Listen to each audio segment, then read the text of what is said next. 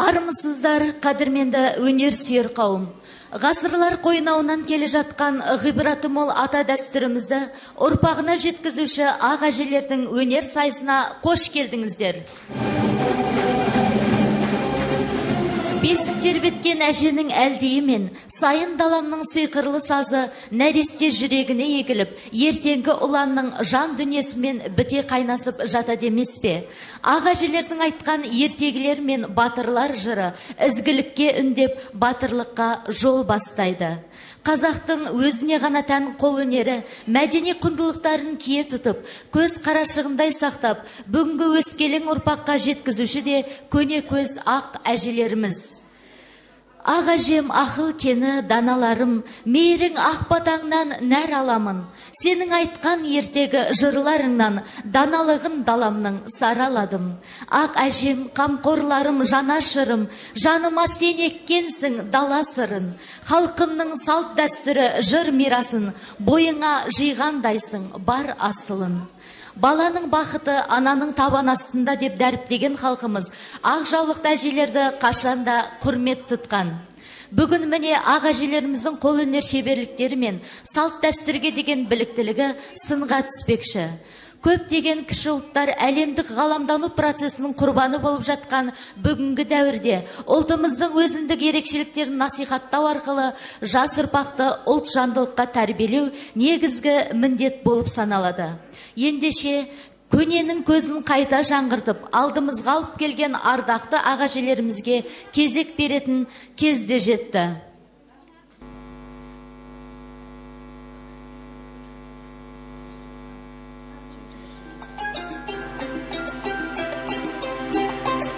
Бірінші нөмірде үлгілі ауыл әкімшілігінен Омарова Безәуре.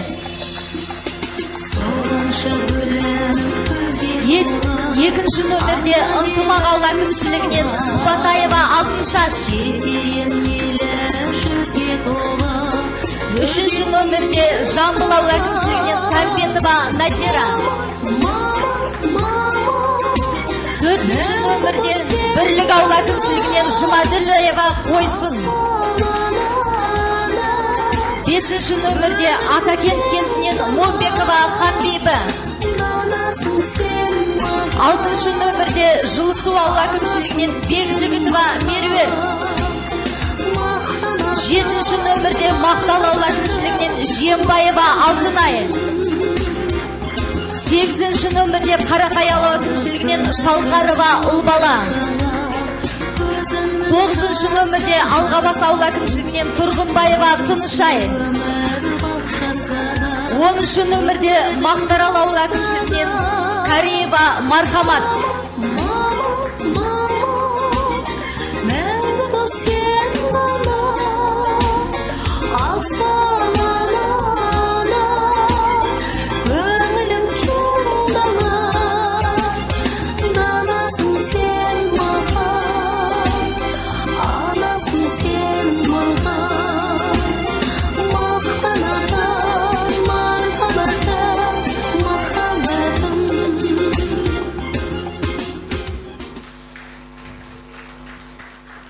Бүгінгі байқауда қара қылды қақ жарып, әділдігін айтатын қазылар алқасы мен таныс алқасының төрағасы Ораз Шойғараев.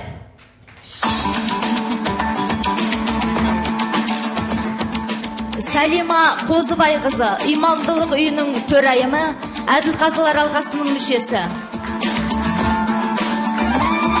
Алтынай Әлімбетова, Түркістанда өткен облыстық әжелер байқауының 2-ші орын иегері. Әбдәлім Түлеубеков, Мақтарал газетінің бөлім меңгерушісі. Бегарыс Қуанышбеков, аудандық мәдениет және тілдерді дамыту бөлімінің бас маманы. Перизат Тәжібаева, аудандық кітапхананың қызметкері. Ал ендеше көрермен бала тәрбиесіне қарайтын ананы есептеген. Бүгінгі мына сайысымыз ақ әже 2007 жылғы ақ әже деп жылда өткізіліп өткен сайыс биыл өзгеше. Бізде аналарымыздың асыл қасиеттерін дәріптеген. бүгінгі сайыста өзінің ережелерімен, бүгін өздеріңіз де көресіздер, көптеген өзінің әдет ғұрыптарын, қазақтың салттарын осы жас ұрпаққа, мына келіндерімізге, жастарға, қыздарға, балдарға жеткізетін сіздер. Бүгінгі сайыста көп нәрсені жастарымыз тәрбие ретінде алады деп ойлаймыз. Ауылда, елді мекендерде апаларымыз осы елдің алдында жақсы өздерінің қасиеттерімен белгілі. Апалар, әжелер, бүгінгі жаңағы 55 жоғары қатысып отыр ғой. Жас әжелеріміз де бар. Сіздер мықты денсаулық тілеймін. Бәрі уақытта біздің Қазақстанымыздың болашағы үшін тәбілі әжемізді шақырамыз. Үлгілі ауылатын жүрген Оманова Бизәуре. Кішкентай су сепкендей нәр болама деген ниет екен, ниеттер қабыл болсын.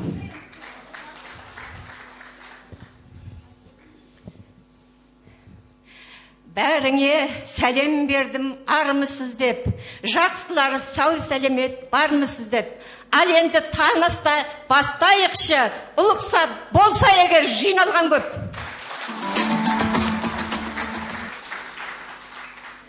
Сайысқа шақырған соң арнап келдім, дәстүрін қазағымның жалғап келдім. Келді ғой қайта айналып салт дәстүр, қаймағың бұзылмасын ардақ делім.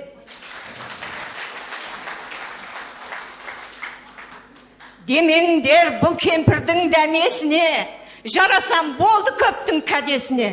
Тағда сәлем берем, әділ қазы, қара қылды, қақ жарар төлешіге. Жасымда келіп қаптау 75-ке, 25 айға айлаған қалар есте. Әжелерінің басын қосып, той жасапсың, анаға құрмет деген осы емес пе?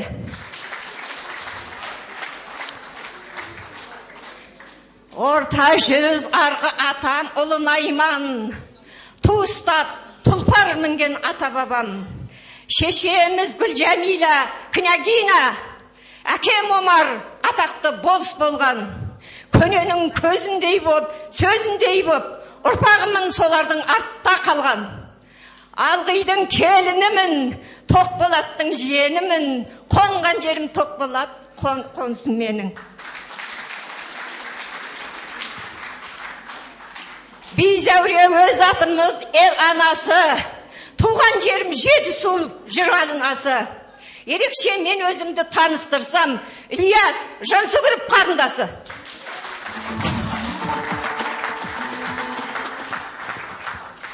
Ал енді ақ тілек деп жатыр. Алаштың азаматы аман болсын. Ана тілде сөйлейтін заман болсын. Бата көй, ата менен ана болсын. Арттағылар саналы бала болсын.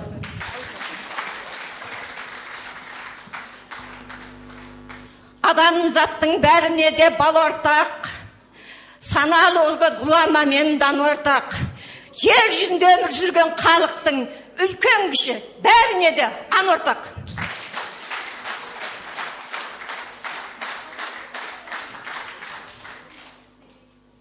Айтады қазақтар, ана адамзаттың асылы, нан тағамның асылы деп, мінекей аналарды ортаға шығыпсыздар, бар мәзіміз сіздерге рахмет. Рахмет.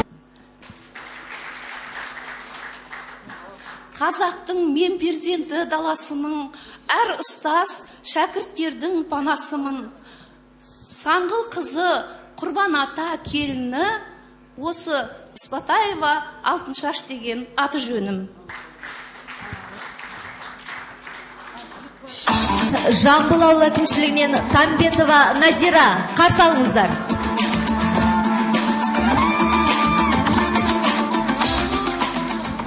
Мен Жамбыл колхоз әкімшілігінен ыстық сәлем.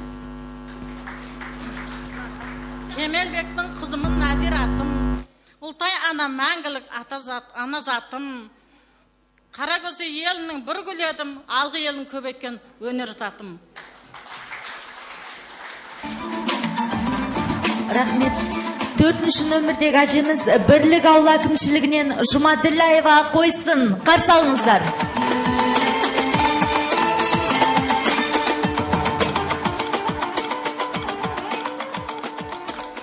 Айналайын көпшілік армысыздар ай, сәлем бердім баршаңайу, бармысыздар ой жалған ай.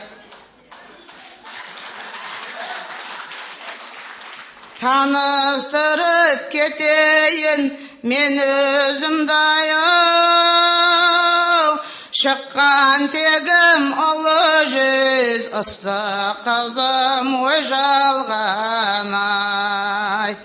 Келім болып түскенім орта жүздің ау, божбанелі әжесі мен боламын ой жалған ай.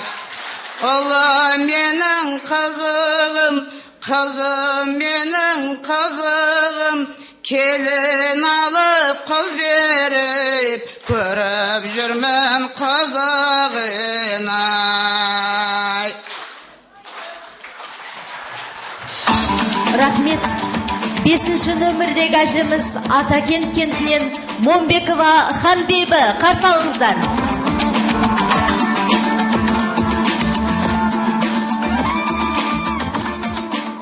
Монбекова Ханбибі Ілес қызымын. Атакент әкімшілігінен жалынды сәлем. Аман болсын елім жұрттым аймағым, бұзылмасын тыныш ұйыған қаймағым.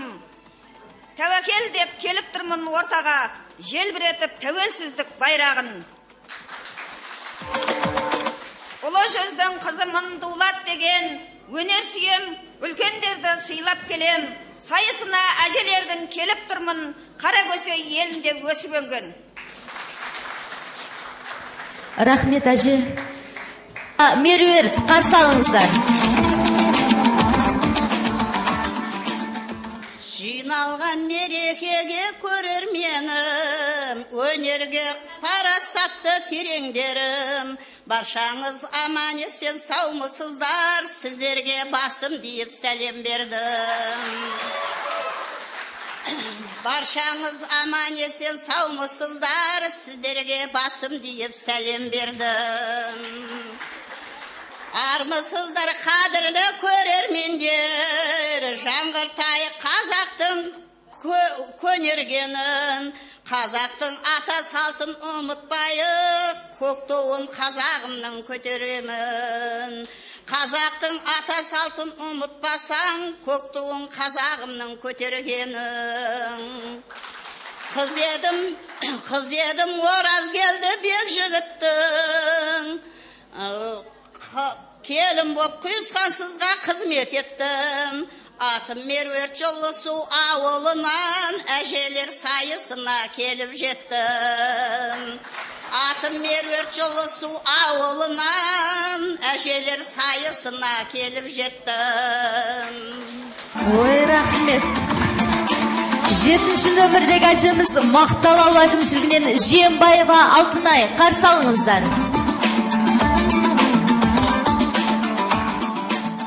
Тілеулі анамын тілегім көп, таусылмас қазынам бар жүрегімде, тек қана жақсыменен жолдас болып, жақсыға демеуші болып жүремін мен.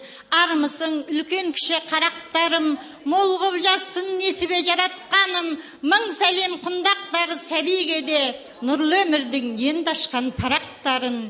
Келелі істері көп атқарылған, қойнынан ақ алтыны ақтарылған, алдыңа ақ тілеулі әжең кеп тұр, жарасқан ынтымағы мақталыдан.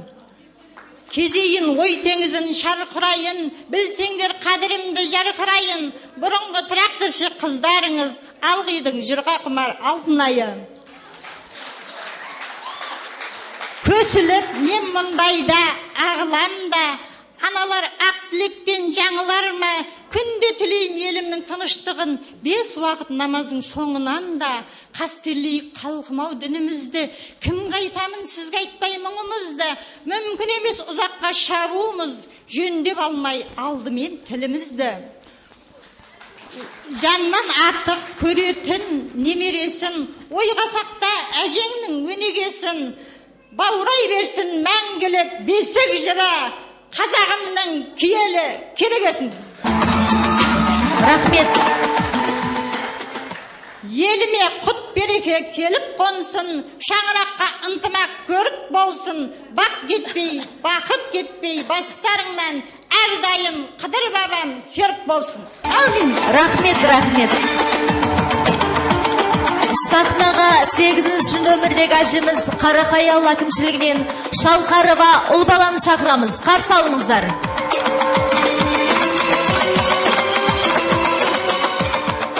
Сәлем берем көпшілік баршаңызға, сәлем беру айналған салтымызға.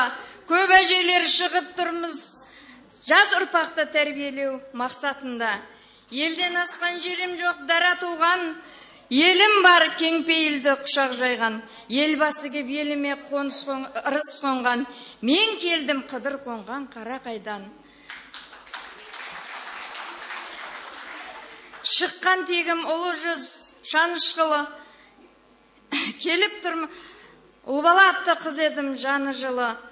Келін болдым арғындардың еліне, бүгінгі күн 3 перзенттің анасымын ардақты. Кеше ғана келін едім от жаққан, әже болдым жылдар өтіп барадан. Немерелі болам деген ойым бар, үлгілі әже атанып кетсем сайыстан. Ата-баба жүргенімізбен жүреміз, салт дәстүрді бір адамдай білеміз. Өсірген қыз бен ұлдарды, салт дәстүрді өсірген қыздарды, ұлдарды бір адамдай білеміз. Үйлі жайлы етеміз. Алтынай сәлемінің салтынай, сәлем бердім жалпыңай.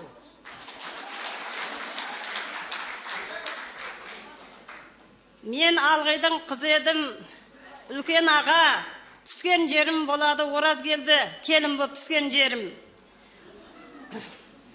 Келін алдым, қыз шығардым, көп балалы ана болдым, немере көрдік, шөбіре көрдік. Енді жаңағы бір неған өлеңді айтып берейін. Ұл көрмеген ұл көрсін, қыз көрмеген қыз көрсін, қызық болып заманым жылдан жылға гүлденсін, гүлденсін заман гүлденсін, гүлденгенді көз көрсін. Рахмет. Рахмет әже. Енді өлең айта берейін бе? Рахмет. Сахнаға 13-ші нөмірдегі әжіміз Мақтарал ауыл әкімшілігінен Кариева Мархаматты шақырамыз. Қошеметтеп қарсы алыңыздар.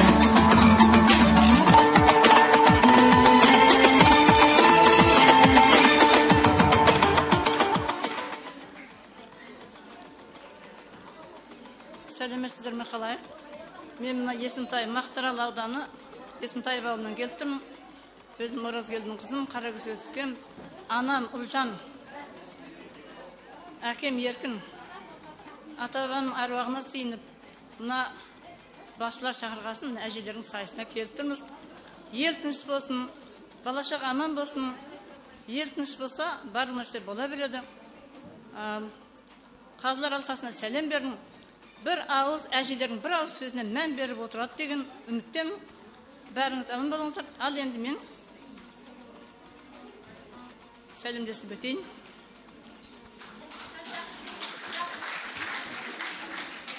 Айналайын, қалайық сәлемдесіп алайық, ата-баба салтына лайықты болайық. Аудан әкімі басшылар, аруана ақшашылар, сәлем бердім баршаңа және үлкен жақсылар. Ақ жаулықты аналар, ақылы көп таналар, ізетті келін атаған бұрынғы ата-бабалар. Сәлем бердім, жастарым қосылды бүгін бастарың. 70 жыл бұрын ұмтылған дәстүрде айтып тастайын. Ақ кимешек киейік, ата салтын сүйейік. Сәлем бердім келіндер, бұл неде бүркіп жүрмейік. Ораз келді ішінде бәткейдің қызымын, қара көсе еліне жарастырды алла тұзымен. Екі ұл үш қыз өсірдім, 3 күйеу назын кешірдім. 2 келін 16 немере бақыт емей немене. Ұлым қызым өренім, сендермен өсіп өнерім. Келіндер күйеу бақытым, солармын қызық уақытым. Отағасым асқартау немерелер өсін сау. Ынтымақ болса отанда басып келмес ешбір жау. Бір Аллаға ризамын осындай күнге жеткізген. Басшыларға ризамын осындай жиын өткізген. 40 жыл ұстаз болып жалықпадым, ашы тұшы өмірде тарықпадым. Ұлдар, қыздар, күйеу келін арқасында, немерелермен шалқып жүрмін отағасының арқасында. Рахмет, рахмет әже.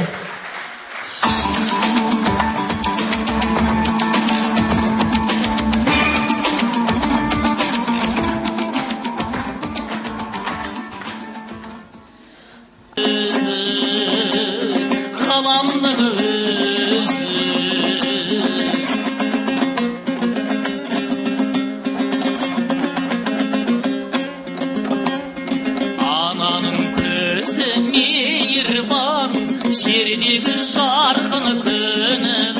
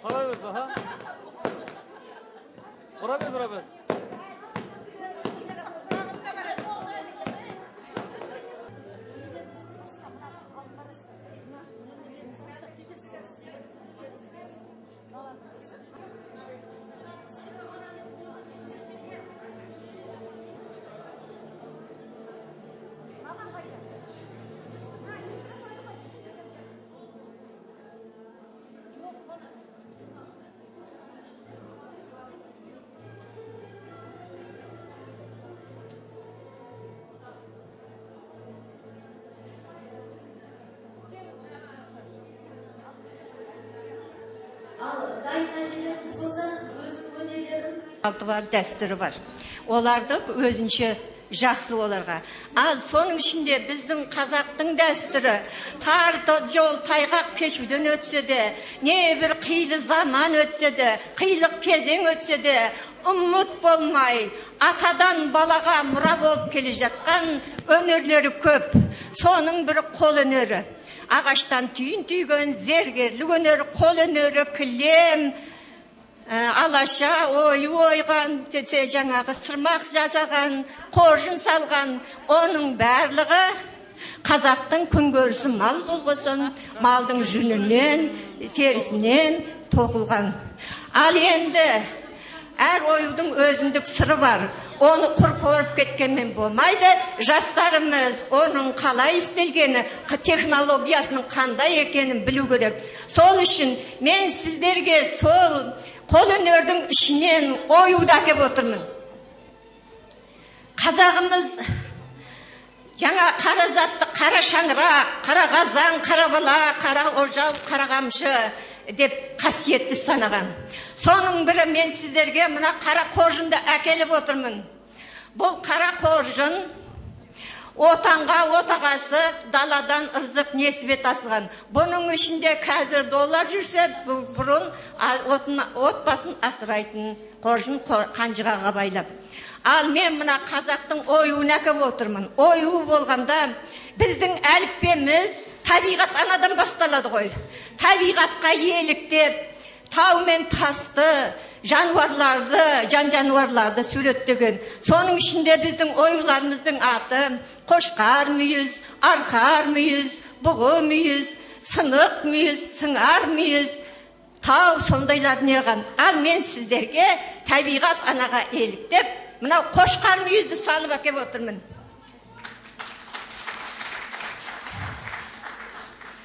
Сонымен қатар мынау бізде бұрын ыдыс болмаған бір ағаш табақ болған ғой. Оқыпты келіндер соны жуып, мынаны аяққап дейді.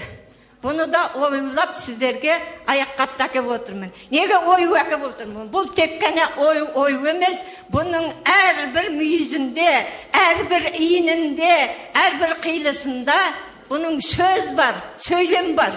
Әлгеріде Ойухан менен Жошықан бірін-бірі шауып алғанда, Ойухан өзінің шапанына осы ою арқылы ақылды қызына жазып жіберіп, жаңағы ақылды қызы елінің азаматтарын ертіп әкесін тұтқыннан босатып алған.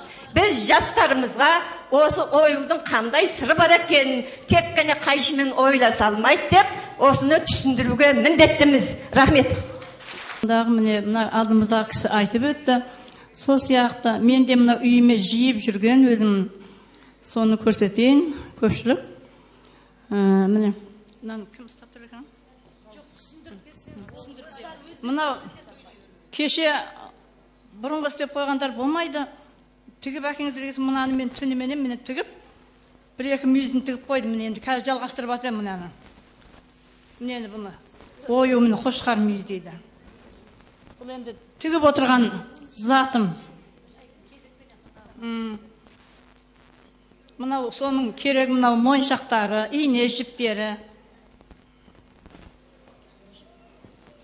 Мына жастықты мына арқаға қойып отыратын жастық. Мына жастықтың мойын жастық дейді мына. Мынау арқаға қойып отыратын жастық. Міне аяққап. Мынау. Бұрынғы ата-бабамыз аяқ табағын осыған салған. Міне мынау көрпеше. Құрақ көрпеше.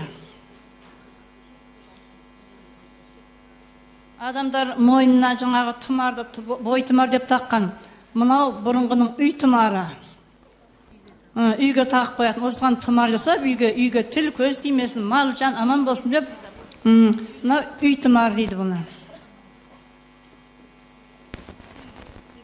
Мынау тұтқыш дейді. Қазақтың мына қазанды екі жағынан қолға ұстайтын тұтқыш. Мына шайнектің астына, қазір ғой біз анау шайнектің астына леген анауына қоямыз. Міне бұрындары осындай шайнектің астына қоятын болған. мынау қоржын. Жаңа мына кісі айтып өтті ғой, бұрынғы ата бабамыздың жаңағы қазіргі шемодан, сумка дейміз ғой, бұрынғының қоржыны осы.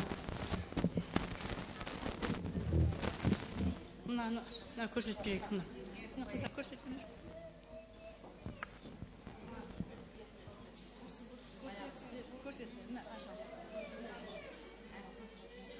Міне өзімнің екі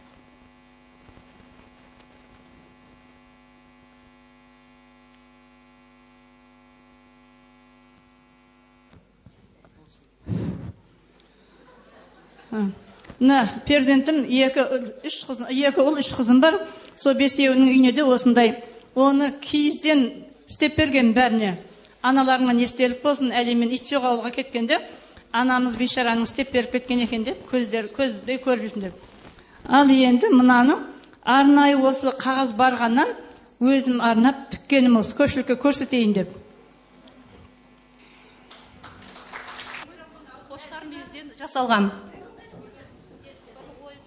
Саным, жәрдем беріп жүрсіңіз. Жәрдем беріп жүрсіңіз. Біз үйдің керегесіне қояқ, қазір үйлерге де қоюға болады. Жоқ, сіз микрофонға айтсаңызшы. Сен сөйтіп микрофон қойды. Мынау енді қазіргі бұрынғы заманның несі, көрпешесі де кісі келгенде төсейтін құрақ көрпеше. Бұл құрал деген мағынаны білдіреді. Бала шағаң көп болсын, туған туысқандарың сондай көп болсын, қонақ көп келсін деген мағынаны білдіреді. Негізі құрақ дегеніміз.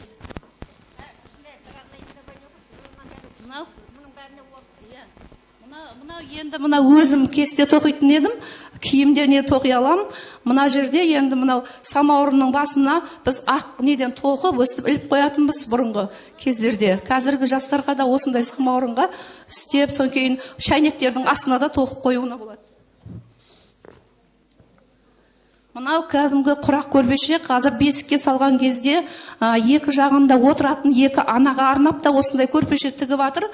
Бұны балалардың үстіне де жауып қоюға болады. Мынау енді сол жаңа түскүйіздің түрі, бұны жаңаға аяқ қап ретінде де осыны ойып жасауға болады. Бұны керегеге де іліп қояды, аяқ қап, кесе қап дегендерді осылай тігуге болады. Мына бұл кішкене ғана жаңағы түскүйіздің бір түрі. Осымен менің сіздерге айтарым. Міне үлкен кішілер мынау мақта байлығымыз. Мына мақтадан матада тоқиды, барлық нәрсені істеуге болады. Мысалы, жіңішке ерсек өзімізді мынау тұрған терме алашамыз. Жуандау өрсек кілемнің астындағы желісі болады. Мынау мақтадан еріккен кезімізде түрлі құрақтар құраймыз, балдарымыздың, немерелеріміздің басына естелік болсын деп. Азғыны, сазғыны осы. Рахмет. Келесі әжеміз Алғабас ауыл әкімшілігінен Тұрғынбаева Тыншай, 9-шы нөмірде. Міне енді таныстыр. Мынау анамнан берген маған ұршық. Міне. Мынау құрақ. Кереге құрақ. Мынау 57-58 жылғы өзімнің өнерім. Міне. 57-58 жылғы өнерім. Міне, Оразкелді еліне келердегі өнерім.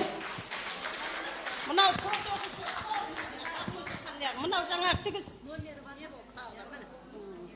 Қайсына барасыз? Мынау да жаңағы өзім өнерім. Мектепке бергенмін. Оны да айтып қояйын. Міне. Болды. Мынау сол кезде жаңағы кроватқа тігетін міне, мынаны. 58 жылғы өнерлерім. Анамның берген және де мыналары міне. Ескілер. Міне, анадан естелік. Рахмет. Мынау бұны ерте заманда қазіргейде китайский сумка мынау жоқ болған, сонда қазақтар қойың жүнінен киіз басып, сода мынандай дорба тіккен. Міне осындай сумканы соның орнына пайдаланған. Міне бұны қойылап, былай ішіне заттарды салып алып жүрген. Міне. Енді мынау кілем қоржын, Бұны да атқа салып, оның ішіне керекті заттардың бәрін алып жүрген. Сонан кейін мына қызға құда түсу кезінде осы қоржынға заттарды салып, аузын тігіп, құлалыққа апаратын. Бұл қоржын со қыз жақта қалып кететін еді. Міне осындай дәстүр енді қайтадан жалғасып жатыр. Міне соны жастарымыздың есіне салайық деп отырған жағдайымыз бар. Көбет, бірақ нәрсе бітуге дайын еместерін әкел дегеннен кейін, мына қазақтың басты оюларының бірі мына қошқар мүйіз, мына оюлы түп күйіз. Оны міндетті түрде таза мата болу мүмкін емес, қолданыстан шыққан маталардан қызыл болса жасыл, жасыл болса қызылдан үйлестіріп, шайнектің астына қояды. О да бір ұқыптылықтың бір белгісі. Рахмет. Келесі нөмірдегі әжеміз 8-ші нөмір Қарақай ауыл әкімшілігінен Шалқарова Ұлбала. Мынау киізден жасалған түскиіз. Бұл атамыз қазақ жаңағы түскиіз, мынандай түскиізді жүннен жасалған. Бір жағы ақ, бір жағы қара, қараға қызыл, қараға әртүрлі осындай түскиіздерді оюларды салған. Бұл қошқар мүйіз. Қошқар мүйізді алашаға, қошқар мүйіз өзі атамыз қазақ жаңағы 4-ге бөлінген. Астрономиялық дейді мынау өсімдік жағынан, одан кейін жан-жануарлар жағынан өстіп жаңағы қошқар мүйізді барлық киізге, алашаға, осындай түскиіздерге қошқар мүйіздің қолданылған барлық жаңағы атамыздың қазақ осы киіздерге қолданылған түскиіздерге. Сосын мынау қарлығаш мүйізі дейді. Бұл жаңағы жануарлар жағынан мынау қошқар мүйізі барлық нелерге қолданылады. Алашаға, түскиізге. Рахмет. Мынау тақия құрақ дейді. Жаңағы бас жастық. Бұл тақия дегеніміз, мысалы, әжелер, аталарымыз, мынау басы ғалым болсын, жаңағы үлкен азамат болсын, басы көп болсын осы үйдің жайы деп, осы тақия деген құрақ құрап, жаңа мойын жастық, бас жастыққа істелінген тақия құрақ жастық. Рахмет. Мынау менің қолымдағы сабау деп аталады. Бұл сабау жыңғылдан болады. Жыңғылдан бұны біз текемет басқан кезде жүнді сабаймыз бірінші. Қазіргі заманда жаңағы нелер бар ғой, түткізетін заводтар бар. Ол уақытта болмаған. Осы қолмен сабап, бейнет қылып, киізімізді басып, астымызға төсеніш жасағамыз. Оны жүнді иіріп, түрге бояп, кілем жасағамыз. Ол жүнді сабар кезде мына сабау менен бірінші астына бір көрпеше қойып, мына сияқты. Оның үстіне мынандай пөстек дейді, қойдың жүнінен терісіне жасалған. Ол пөстекті теріс қаратып, бейтіп қойып тұрып, жүнді қойып сабаймыз. Ол жүннен енді мына кілемдер иіріп, кілем қоржында жасағамыз. Қыздарға құда түсуге барғанда жаңа тоғыз салып барады. Ол уақытта жаңаға қоржынның мына аузын бекітіп, құлып жоқ, құлыптайтын чемодан жоқ. Осыларды іліп, бейтіп, аузын құлыптап, қыздарға қарбау апарамыз. Енді, одан кейін менің жаңа жерде бір апайымыз айтып кетті, 58-ші жылғы деп. Сол дәстүр 70-ші жылға деуіргені жалғасып келді. Мына мен 70-ші жылы өзім ұзатылып келгенде тоқығамын. Өзімнің атым тұр.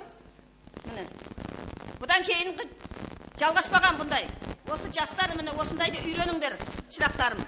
Қыздар әсіресе қыздарға өнер осы. Одан кейін қыздарды жаңа ұзатқанда қыздарға жайнамаз қылады. Атасы бар, енесі бар деп. Міне жайнамазды да қолдан өзіміз оюлап, ата енеге жайнамаз жасап барамыз. Сол ата енені сыйлау үшін.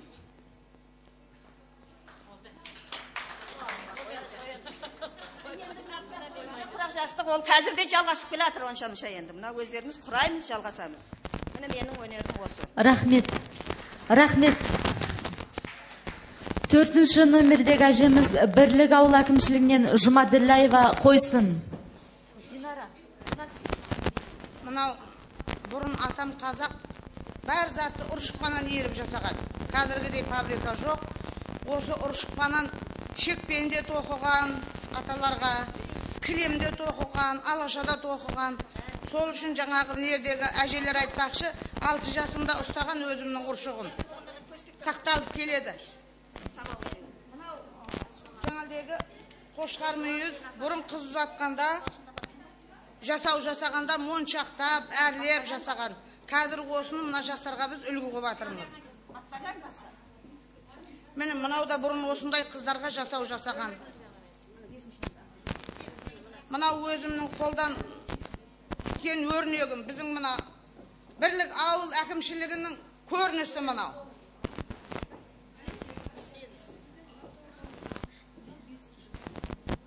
Мынау жаңалдегі бұрын ұзатқан қыздарға құрақ көрпеше. Бұл құрақ көрпешенің аты 8 жапырақ деп аталады.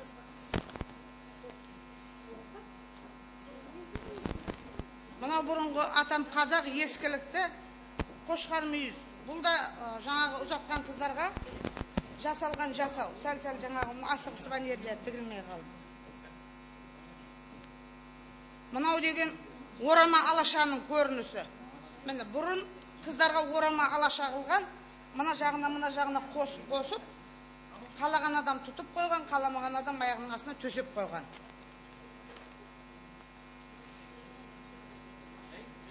Міне мынау тақыр келем, аяқ астына төселеді.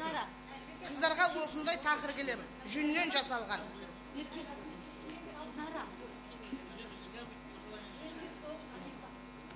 Мынау тұскиіз. Біздің Бірлік ауыл әкімшілігінің атынан осындай түскейізді, осы асығыс тіккен жайым ғой. Мынау кілем қоржын мінекей. Жаңағы жүннен жасалған, өз қолыммен тоқығамын, осы тұрмысқа шыққан кезде. Бұрын қазақ бір басына қызға жаңағы сырға алған, бір басына мәуе-шәуесін салған, мынау жаңағы құлыбы болған, құлттап қойған. Міне енді Бірлік ауыл әкімшілігінің көрінісі осы. Тыңдағандарыңызға рахмет.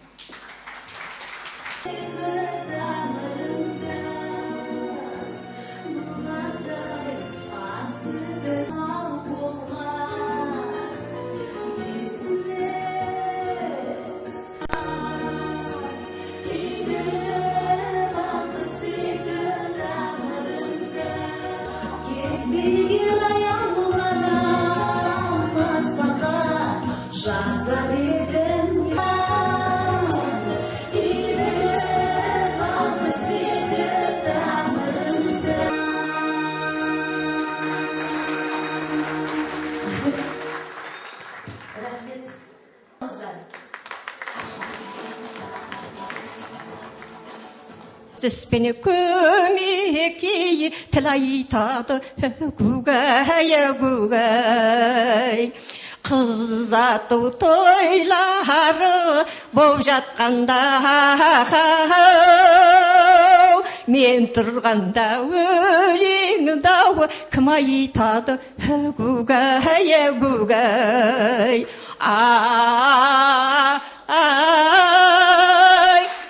Гугай біздің әніміз, балалары біздің сәніміз. Аман есен жүріңдер, осы отырған бәріңіз.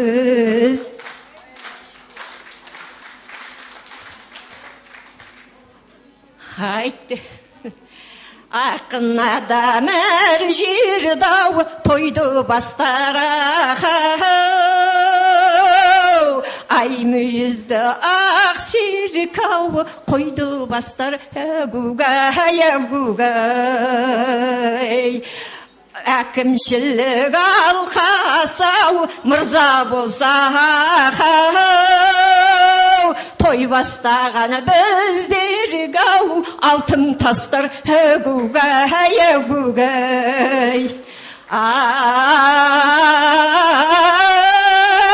Құтты болсын тойларың, орындалсын ойларың, ұзату той боп жатты Құтты болсын тойларың, әгугай біздің әніміз, арпа бидай дәніміз, әгугай деп ән салып, жүріңдерші бәріңіз.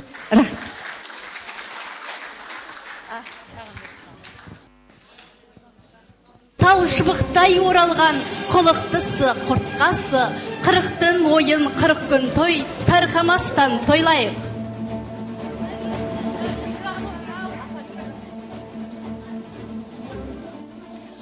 Қайрымды ием қамбарау, қар алдыңнан қызығым, қар көп көрер күнім бар. Мен бір кезде болғамын, артынан бота ермеген. Мені арманым орындалып, келін түсіріп отырмын. Келші айым, кел айым, күнім айым, келінім. Келші айым, атаң өзің болайын, анаң өзім болайын.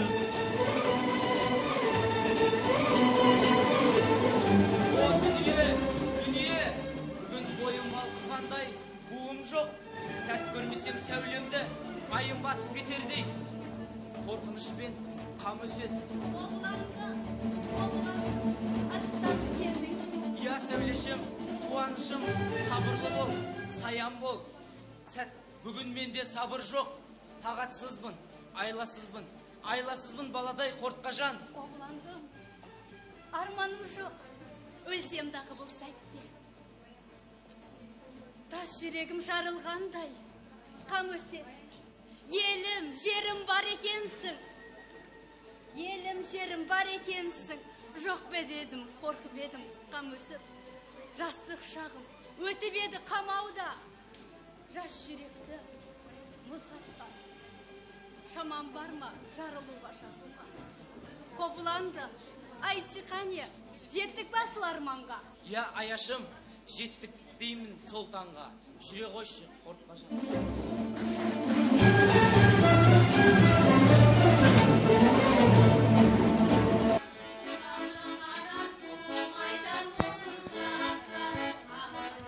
Көргенде айнам болсын жар-жар, қайнатасы бар дейді осы қазақ жар-жар.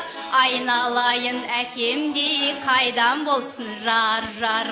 Тағдырыңа замандас табынарсың жар-жар, айта баба салтына бағынарсың жар-жар. Жат жұрты қоп бір елге баратырсың жар-жар, өзің туған әкеңді сағынарсың жар-жар. Ақ моншақ пен көк моншақ тағынайын жар-жар, айналайын әкемді сағынайын жар-жар.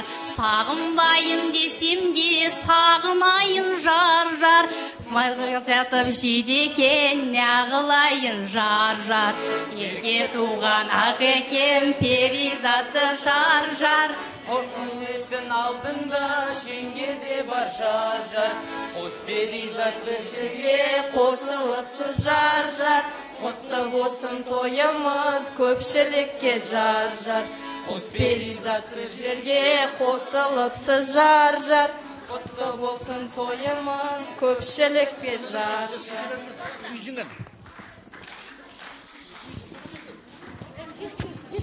О, қалайы, сүйінші, той басталды. Тойға келіңіздер, орташар басталды.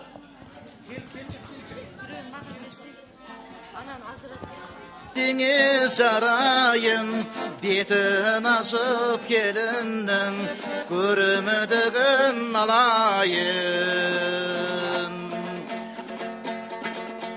Келін келді ағалар, ағайын бауыр туғандар, ата-енені қуантып, көрімдігін сұраңдар. Ал келін жан, құтты болсын қадамың, мұны тұрған көпшілік, бәрі біздің ағайын. Сәлем, сәлем, бір сәлем, күтіп отыр ел сәлем. Сәлем, сәлем, бір сәлем, көпшілікке бір сәлем. Ал құрметті ағана, келініңіз құтты болсын, той қоласын деп, мына көпшіліктің алдында әудеп жіберіңіз ағана.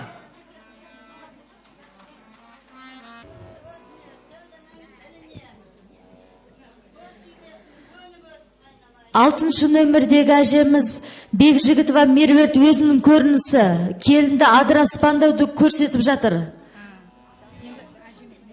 6-шы әжеміздің өнерін тамашалаңыздар.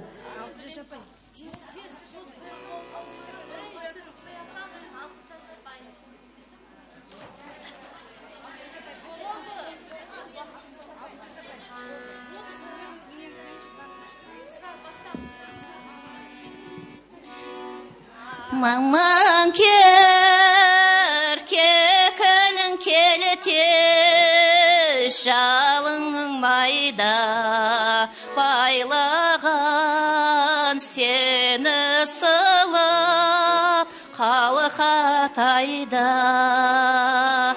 Жүрісің желім аядай, жануарым, көрейін қызығыңды осындайда.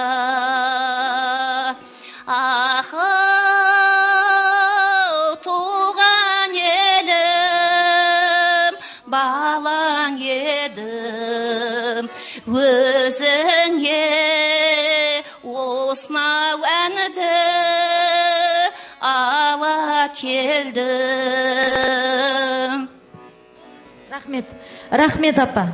Салып баламыздың 5 жасау тойын өткізейік. Кәні баламды берді апсынасындар, шақыр балам ол.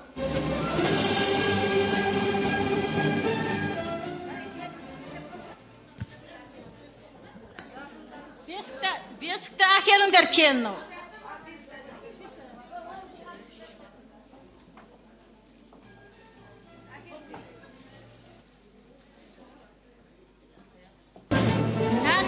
Алдың үлкені деп, мұна екі апсынға, екі жағына отырыңыздар, сіздердің жастарыңызды берсін. Мұна бесік тойымызды бастайық. Келіңіздер бесік тойға, шашуынан алыңыздар.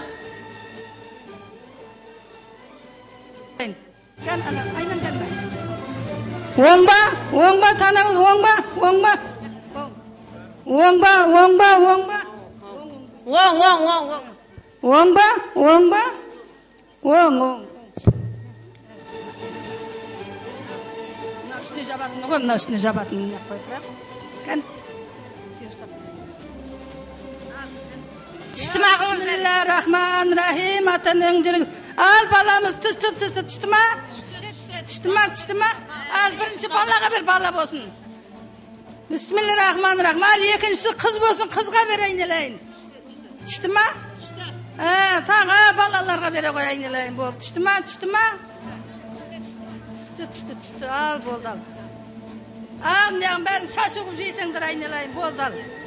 Кәне айнал. Ал жаңа баланы әкеле қой. Бесікке салыңыздар, немерен. Кәне, бисмиллахир-рахманир-рахим. Айналайын.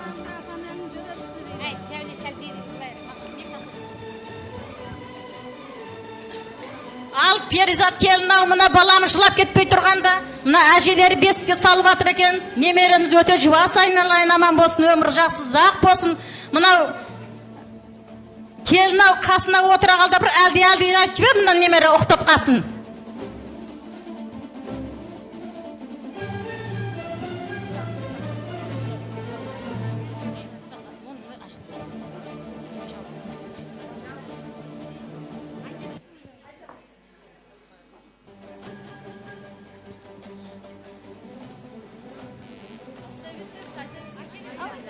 Әлди бөпешім, әлдилейді көкешім, тәттиқыға бата ғой, тербетейін жата ғой, тәттиқыға бата ғой, тербетейін жата ғой. Әлди әләулім, ұйықтай қойшы баламай, әлди әләулім, ұйықтай қойшы баламай. Бөпем менің ай мекен, шекер мекен, бал мекен, ойнақтап бір бәйгеден, ұзып келер тай мекен, ойнақтап бір бәйгеден озып келер таймекен. Әлді әләулім ұйықтай қойшы баламай, әлді әләулім ұйықтай қойшы баламай. Әлді ақ пөпем, ақ бесікте жат пөпем, ән тыңдағың келсегер жан айтайын жан көкем. Ән тыңдағың келсегер жан айтайын жан көкем. Әлді әләулім ұйықтай қойшы баламай, әлді әләулім ұйықтай қойшы баламай. Ал әжелер мына үстіне жауыңыздар, жабуын, мына дастарханды болсын немереміз деп дастархан жауыңыздар. Үлкен кісі болсын, атасы ұқсаған ілімді деп атасының көйлегін жауыңыздар. Әпшесі ұқсаған әнші болсын деп әпшесінің көйлегін жауыңыздар. Әжесі ұқсаған ақ шашты кәрия болсын деп әжесінің ақ жаулығын жауыңыздар. Ал енді адыраспандап.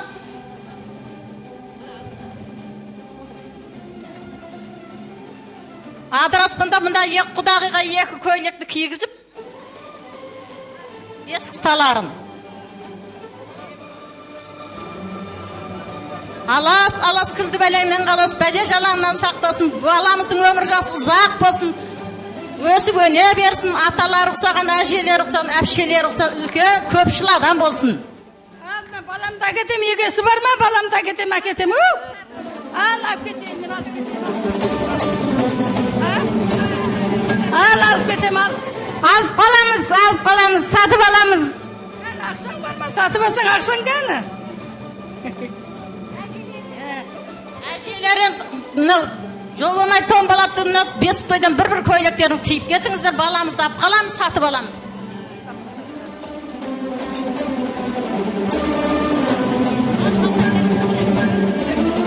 Ал бата беріңіздер әжелеріңізден көйлек киген екен. Ал, мәні берейін, бата қылып, ата дари берсін, бала шаған көп болсын, өмір жасы ұзақ болсын. Әрдайым осындай той жиында балдарымыз қызықтап, кемпір ағажерлерді тойлап жүре берсін. Өмірі ұзақ болсын, заманымыз тыныш болсын айналайын. Бәрінің нәрсе денсаулық тыныштықта. Бөпелерің құтты бола берсін, өмірлері ұзақ бола берсін. Жақсы. Ал көпшілік жаңағы бесікке салған баламыз бір күнде 1 жасар болып қапты. Құда қаласа. Баяғы заманда 1 жылда 1 жасар болатын болса, қазіргі заманда бір күнде 1 жасар болады екен. Сол 1 жасар немеренің тұсауын кесу рәсімін көрсетіп кетейік сіздерге.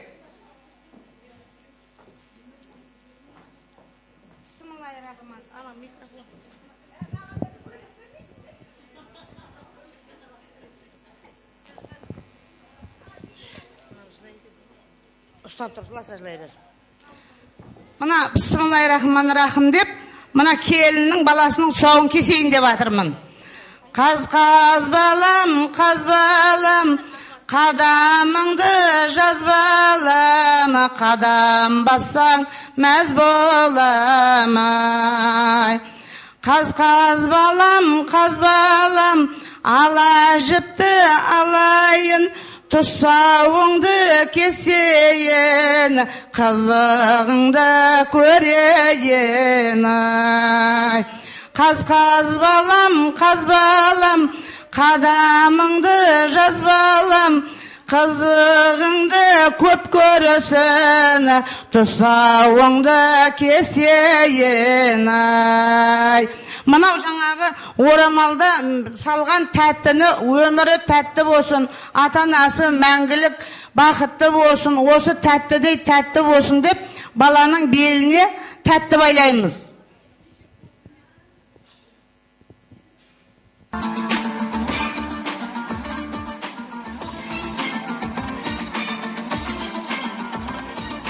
Бисмиллахир-рахманир-рахим деп өмір жасы ұзақ болсын, бақытты болсын, атқа мінер жігіт болсын, бақ дәулетті болсын, тұсауы кесілсін, қадамы ұзақсын деп ала жіпті байлап тұсауын кесеміз. Бисмиллахир-рахманир-рахим. мына оң аяғынан байлаймыз, ісі оңға ағылсын деп.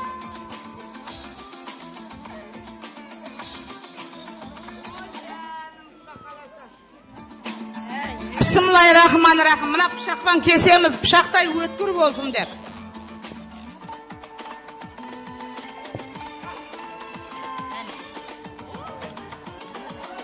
Мына шашамыз ырысқын есібелі болсын деп. Қыздар, сіздерді сабақтан босатып, не үшін жіберді бұл жерге? Бір тұрасыңдар, бір отырасыңдар. Өздеріңнің сияқты аналарың ғой, осылармен сыйлап, не үшін жіберді сендерге бұл жерге? Отырамасаңдар, шығып кетіңдер бәрің. Енді мына келін көйлек кигеннен кейін тегін киіп кету жараспайды ғой. Мына келінге бата берейін. Е Құдайым аман ет, жарылқаудың қамын ет. 1001-2 бәлең бар, бірін келмей ары кет. Қарағанда көзің өткір болсын, қармағанда қолың ұзын болсын. Айтпай датың жетсін, шаппай қылышың өтсін. Пештің есігі ашылсын, шарбаттың суы шашылсын. Ұлдары 10 шақты болсын, қыздары 10 шақты болсын. Ата-анасына мейірімді, қадірлі, ырысқын есібелі, бақ дәулеті жігіт боп өсе берсін. Осы тілегімізді Алла Тағала қабыл етсін. Осы тілекті осы отырған үлкен кіші бәріңізге тілеймін. Апа, рахмет, орамал том болмай, жол болады, сіздің қолыңыз құт болсын осы қызға. Жастар, тыңдап отырыңдар, көріп отырыңдар. Мен қазір көріністі, қыз ұзату көрінісін көрсетемін. Бұрынғы ата салтымызда қызды мұңлық деген, қыз жат жұрттық деген. Қызды өте сыйлаған біздің ата жұртымыз. Сол қыздарда бұрын әке шешелерін өте сыйлап, соның айтқаныменен, айтқан ізіменен, айтқан адамына тұрмысқа шыққан. Сол атана жаңағы қызын жақсы жерге береді, жаман жерге бермейді. Сол үшін мына жастар, қазіргі жастарда сол атанасының айтқанын қылса екен деймін. Қызды ұзатып бара жатқанда, қыз бірінші жаңағы анасымен қайырласап, сосын үйден шығып баратқанда өзінің елімен, жұртымен, жеңгесімен қайырласып сыңсу сыңсиды. Сол сыңсуды мен көрініс қып көрсетейін. Өзім қыз боламын бірақ. Қыз үйден шығып баратқанда қызыл орамал тартады. Келін боп барған жерінде ақ орамал жабады. Менің қасыма менің анам менен жеңгем келеді. Сон қасыма келсін, мен көрініс көрсетейін сіздерге. Сәл көрсетші. Қыз анасымен қайырласады. Анасы ақ батасын береді. Айналайын қызымын барған жерінде судайсың, тастай бат шырағым. Атанеңді сыйлағын шырағым. Барған жерде ерте тұрып кеш шапқын шырағым. Ешқандай ата-анаңа нәлет әпермегін шырағым. Менің айтар ақылым сол. Барған жерінде ешқандай жаманшылық болмасын. Мұны айтып жатады ғой үлкендер, келінің аяғынан, қойшының таяғынан деп. Барған уақытта құт болғын шырағым сол есікке. Өскін, өңгін.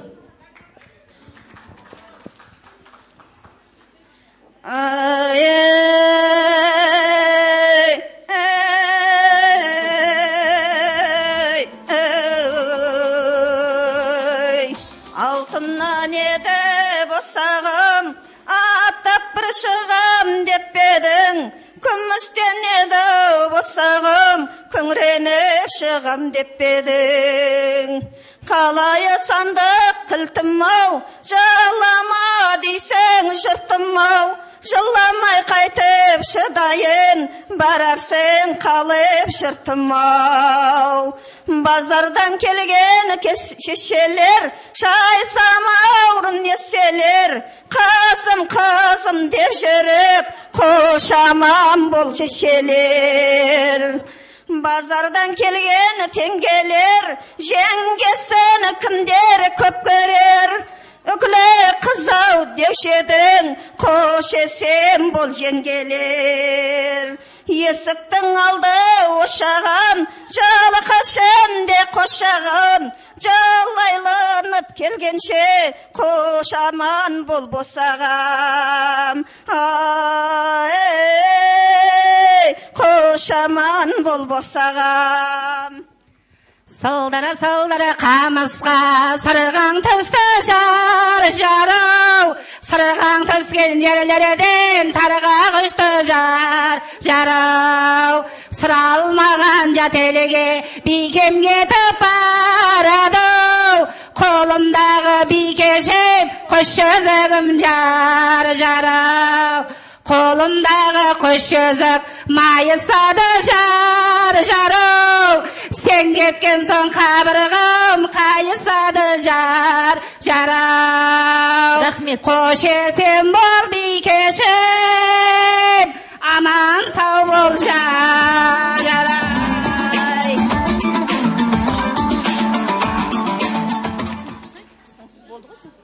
Міне қыздарды бұрынғы уақытта өстіп шығарып салған жеңгелері. Сонда қыздарды ағалары машинеге мінгізген, көтеріп. Міне менің түсінігім осындай. Қона берсін жастарға, қона берсін агугай, агугай. Алтауыздың ауылдың үйретейік ақы. Сахнада отырған балаларға агугай, агугай. Келіп қалды талайға жасымыздай ақыл.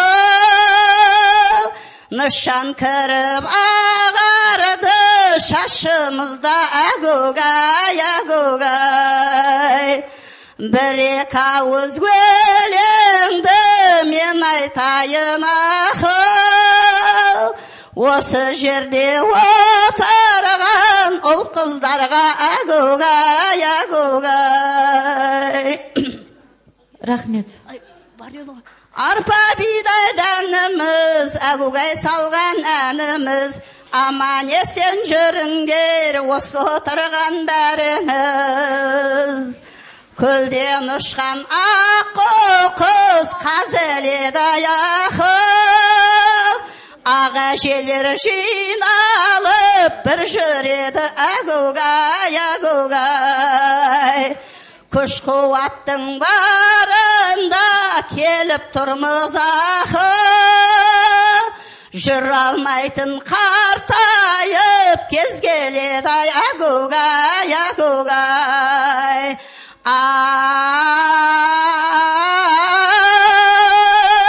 Айың тусын оңыңнан, жұлдызың тусын солыңнан.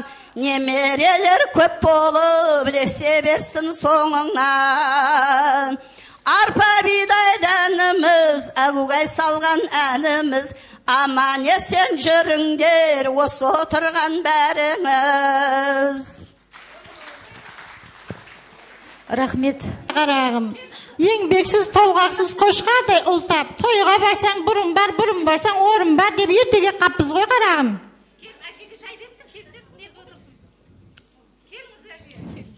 Келдік қарағым, той құтты болсын. Бісміллә.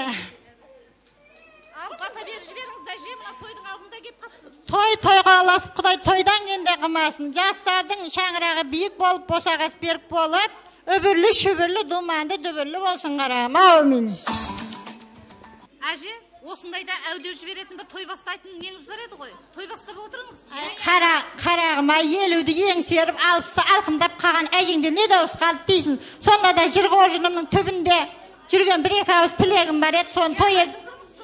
Сон той егесі Тұрысбекке, мынау жас келіндерге арнап әуде жіберейін. Әуені халықтікі, сөзі өзімніңкі қарағым.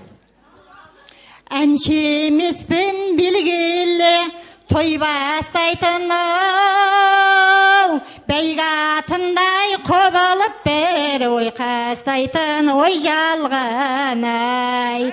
Бір-екі ауыз сонда да сөз айтайын-ау, кеп қалған соң жөні бір ай, той бастайтын ой жалған-ай. Қадірменді қалқыма той төлеймін жалпыңа, аға жеңе иман тіле сөз қалдырған артын-ай. Орындалып мінеки бастарым аны-ау, кенелі келіп тұр шаттыққа-ай, жастар жаны ой жалған-ай. Қуанышты тойлары тойғаласып, кең жазылсын бұдандай, дастарханы ой жалған-ай. Құтты болсын тойыңыз, орындалды ойыңыз, жас келіннің аман болса, болар сіздің жайыңыз-ай. Піскен келін гүлі бол, босағаңның нұрын төксін сендерге, ай, жасағаным ой жалған-ай. Қосақ қудай айдында бірге жүзген қосағыңмен тілегім, ай, қосағарған ой жалған-ай. Құтты болсын келіннің аттап басқан аяғы, екі жасқа бақыт тілеп, қолымды мен жаямын-ай. Көңілдерің әрқашан ашық жүрсін, дұшпандарың көр алмаған қашық жүрсін ой жалған-ай. Көптігінен алайым немереңнің атын білмей миларың-ай, ашып жүрсін ой жалған-ай. Қызың болсын моншақты, ұлың болсын оншақты, қазағымның санын көбейт, көркейе бер жан-жақты. Ой деген-ай. Мына даусыңыз жақсы екен, мына қолыңыз құрбымасын әже. Мына бұрынғының салты ғой. Қарағым, сөзімді жерге тастамағына рахмет. Бұл бізге бір бүйім болады дейсің ба, көйлек деген ыбырсы батыр. Мына шырақтарыма жұғысты болсын той, келген келін ырысты болсын қарағым.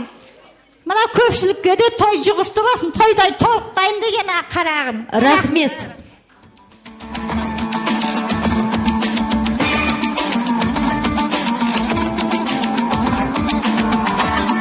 Тойбастарға сізді шақыратын болдық қой. Замандастарымнан бәте алғым кеп отыр. Ай, замандастарым бері келіп, мына маған бәтелеріңізді беріп кетсеңіздер. Мына құрсақ шашу әкелгенмін.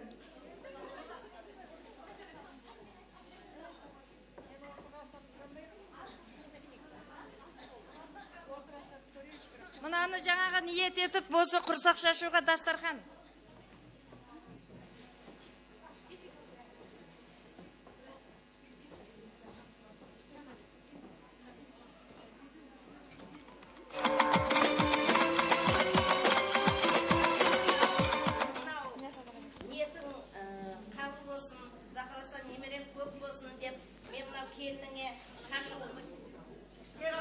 Шашу алып келген едім. Осы шашуды шашып, мынау замандастардың батасын ала жатарсын. Бірінші шашуымды шашайын. Ал, мынау шашу, сіздер де осындайға жетіңіздер. Не бересіңіздер? Құрсақ шашу.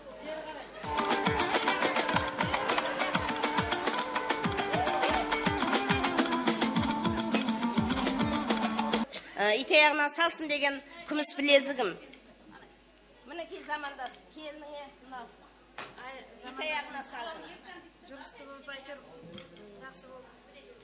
Не береді болады?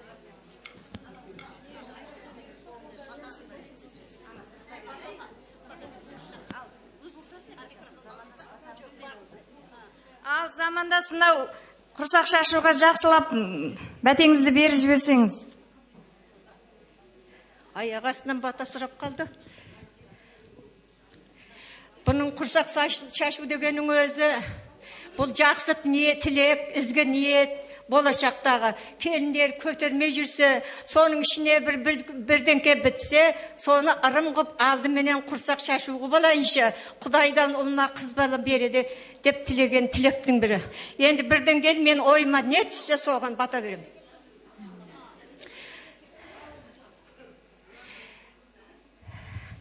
Құрсағыңдағы бала болсын, ақылы көп дана болсын. Құрсағыңдағы батыр болсын, жаңағы айтысатын ақын болсын. Құрсағыңдағы ұл болсын, халқына тұл болсын. Әумин. Айтқаныңыз келсін, рахмет. Айта беріңіз. Жаңа қызым ғана.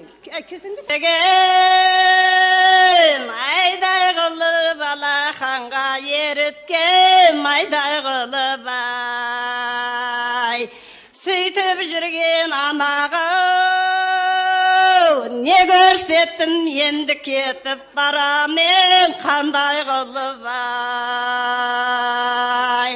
Әй бөпем артта қалған елімде көрер мекем ай. Әй бөпем артта қалған елімде көрер мекем ай. Жүкке жапқан кілемнен тіреу едім, тілеп алған баланың біреу едім ай. Қызым ай әкемнен ұлы болсам ағыныммен бірлік қып жүрер едім ай. Әй бөпем артта қалған елімді көрер мекем ай. Әй бөпем артта қалған елімді көрер мекем ай.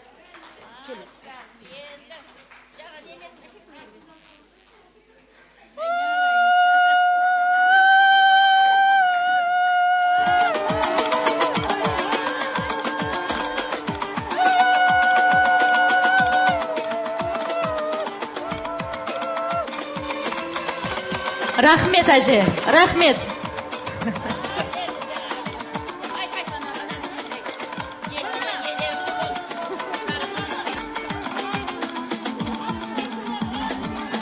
Рахмет. Рахмет. Ақ жауып шығарған бұрынғы аталар әйіміз. Рахмет, әже.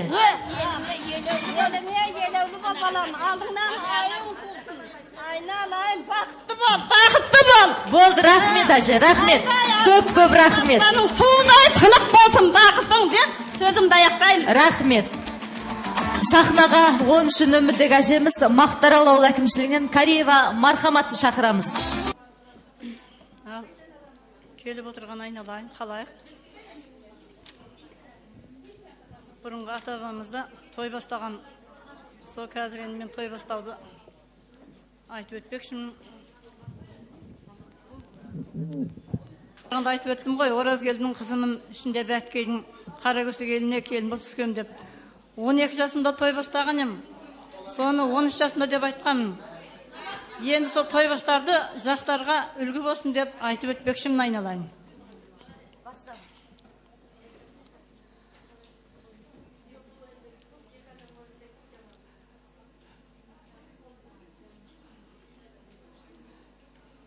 Бас еді өлеңімнің айғандарым айнамы, басыңа ақ жаулықты жайғандарым әрин аямында болой бәріңдай. Ішінде көпшіліктің той бастайын айнамы, тілімді жаңылдырма пайғамбарым әрин аямында болой бәріңдай.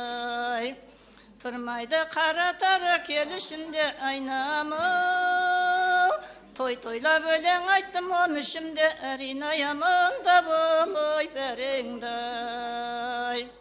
Сыйынам ата-баба әруағына айнамы, тілімді жаңылдырма көп ішінде әрин аямында болой бәріңдай. Той-тойлап өлең айтқан ағаларым айнамы, қайырған ақ жібектен жағаларым әрин аямында болой бәріңдай. Ішінде көпшіліктің той бастайын айнамы, тілімді жаңылдырма бабаларым әрин аямында болой бәріңдай.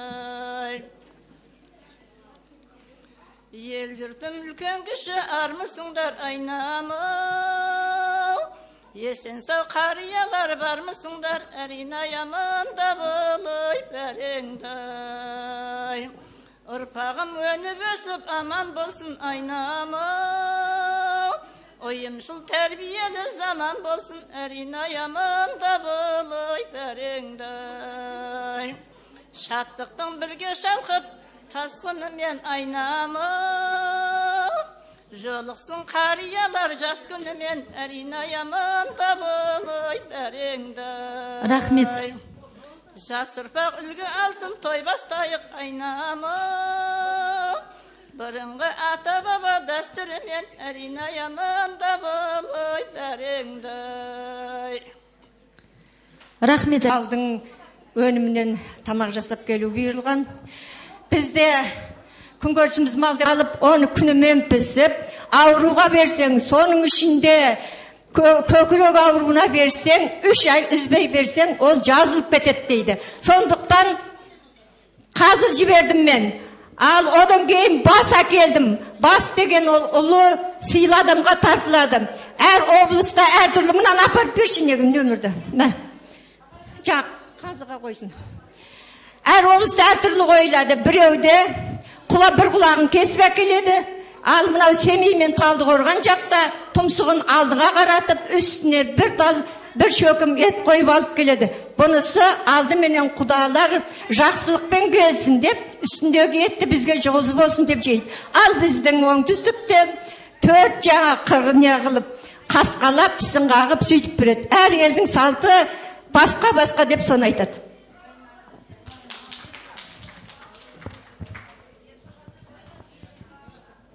Рахмет. Мына әжелеріміз әділ қазыларға таныстырып жатыр бір-бірлеп тағамдарын.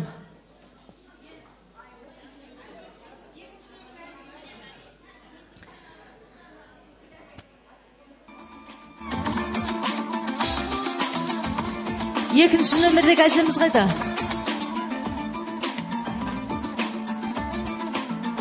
Менің алып келгенім, ең бірінші ақтан бастайын, мен уыз алып келдім.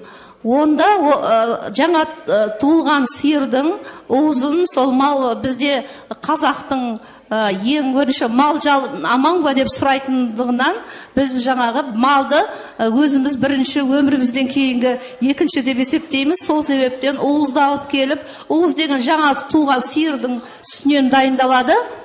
Екінші алып келген тағамым наурыз көже. Бұл наурыз көже 7 түрлі заттан дайындалады, 7 түрлі еді ақ, оның ішінде су, тұз деп барлық есептелінеді. Жүгері, бидай саламыз, содан кейін тағы қазіргі кезде күріш, машта салынып жүр. Міне осындай 7 түрлі нәрседен дайындалған, заттан дайындалған көжемізді наурыз көже деп айтаймыз. Бұл наурыз көже көкек айының 22-ші наурыз күні берілетін көже екенін бәрімізге де мәлім. Тағы дайындап келгенім, біз бұрында көшпелі қазақ болғандықтан, біз табаннан жейтінбіз. Ол табаннанды табаға салып, оның үстін екінші табанмен жауып, шоққа көміп жасайды. Мені менің дайындалып келген, сіздерге дайындап келген асымның осы барлық құрамы осы деп.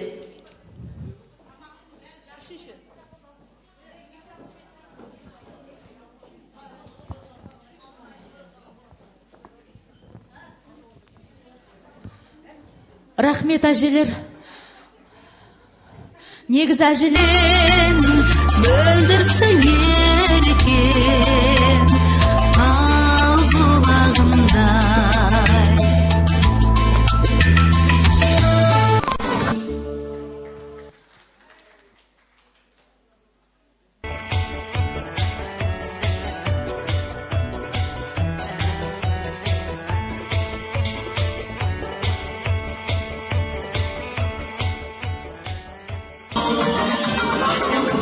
Болды, қайсысы жаңағы озып келді, қайсысы ортада қалды деген сияқты біраз бізде мына әділ қазылар алқасында біраз жаңа пікір сайыс болды.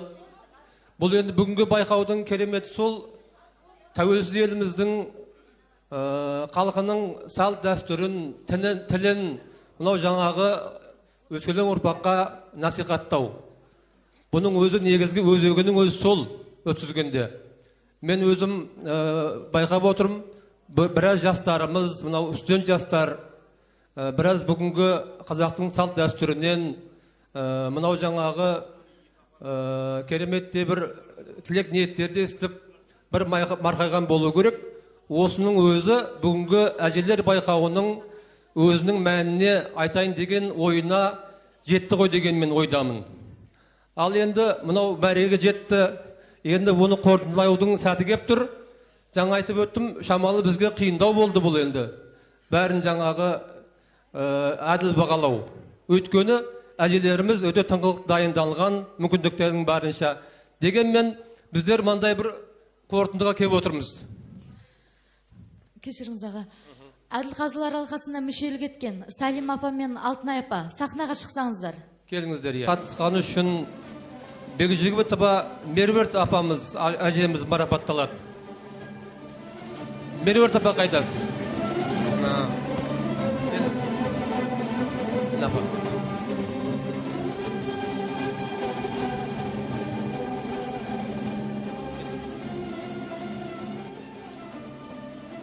Өзінің өнерімен біраз жаңағы кереметтей көріністерді көрсетіп, көптің жаңа құрметіне ие болған Мархабат Кариева әжеміз қайда екен? Келе қойыңыздар. Рахмет.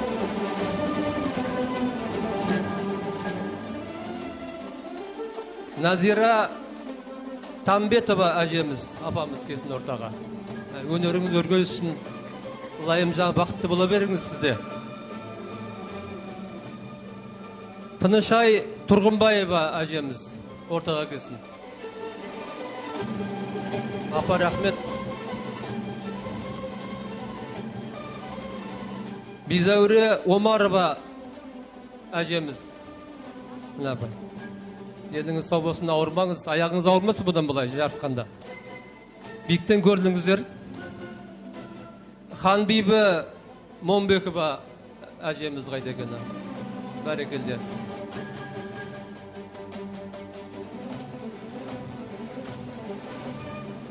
Ұлбала Шалқарова әжеміз. Бұл әжеміз құрметті 3-ші орында алып отыр.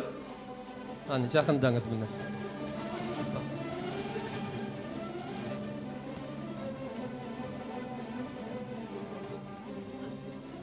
Мұны Әділ қазылар алқасы 3-ші орынды 2 адамға тайындаған екен.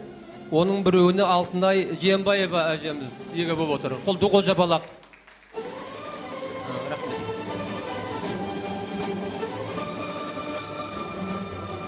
Мынау барған сайын өзі жаңағы жақындап келіп отырмыз. Қойсын Жұмаділлаева деген әжеміз құрметті 2-ші орынды еншілеп отыр. Қайдасыз? Рахмет.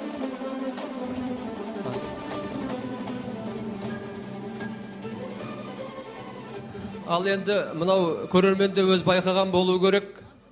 Ынтымақ ауыл әкімшілігінің келген әжеміз Алтынша Спатаева 1-ші орынды иеленді. Доғыл жабалақ.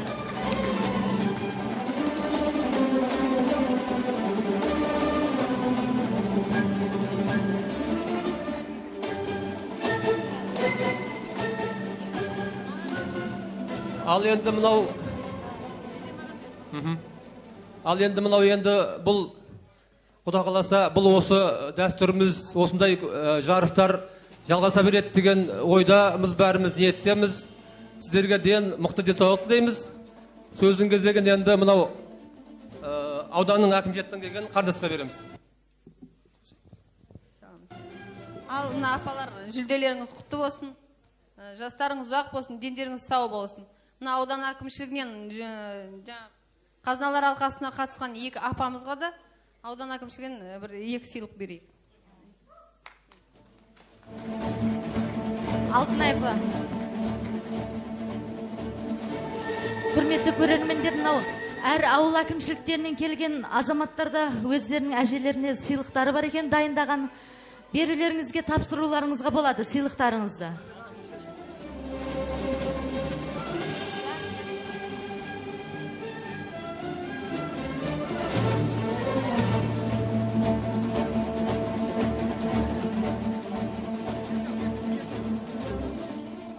Құрметті көпшілік, мінекей бүгін үлкен сайыстың куәгері болдық. Құда қаласа міне біздің әкімшілік бойынша біздің әжеміз бірінші орын алып отыр. Құтты болсын. Басқа әжелерге де зор денсаулық, осындай табыспен жете беріңіздер деп тілек тілейміз. Ал құрметті көрермендер, ақында анадан туады, батырдан анадан туады демекші. Осы ақжайлылық аналарымыз, апаларымыз, әжелеріміздің дәстүрлері, ата бабамыздың салт дәстүрі өлмесін деп сахна төріне шығып бүгінгі көменің көзі қарияларымыз алдарыңызда өнерін төкті. Осы кісілерге шын көңілмен, ниетпен басымызды жиып отырып, қолымыздан келгенше сый-сияпатымызды тапсырғалы тұрмыз. Сіздердің мен құрметті қонақтар, көрермендер, қошемет болсын осындай ақжайлылықтарға. Рахмет.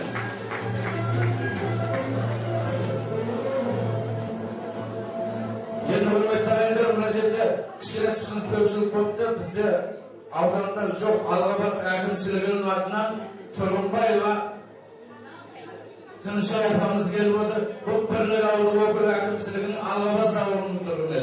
Өзіміздің апамыз, апа мынау сахнаға шығып, ел алдына шыққаныңыз құтты болсын. Бұл жерде жеңіс емес, қатысу, елге, жұртқа өнерді дәріптеу. Және де екінші орын алып отырған апамызды құттықтағымыз келеді.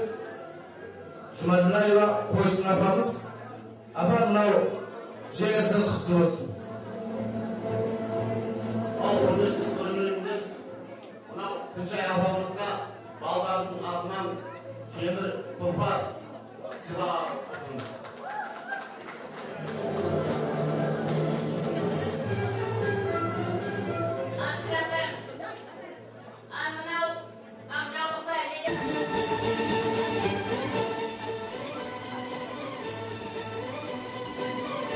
Ал мынау мен Қарақай әкімшілігінен келген мынау ұл бала жаңағы замандасымның атынан келіп отырмын, артынан. Бұған тілерім алда болсын, бала шағаңның, немере шөберелеріңнің қызығын көре бер деймін.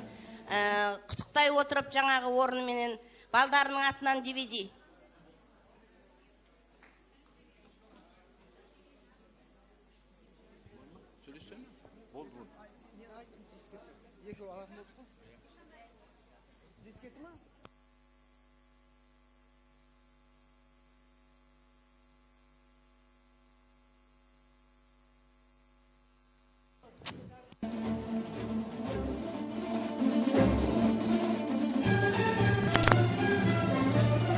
Сау саламат болыңыздар. Отбасыларыңызға аманшылық, тыныштық тілейміз.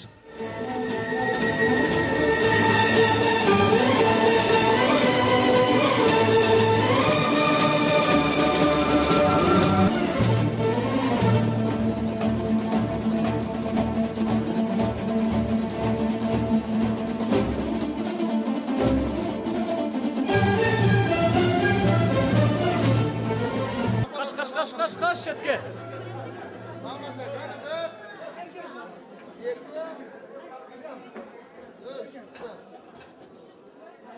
Sen түсіріп алайыншы менде. Sen қарайсыз, маған қараймыз енді. Sen қараңыздар.